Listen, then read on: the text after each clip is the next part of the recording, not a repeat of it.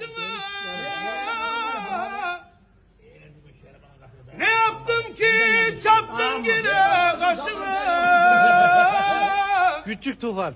Sana mutluluklar, ben gidiyorum. Daha çalmam senin artık kapını.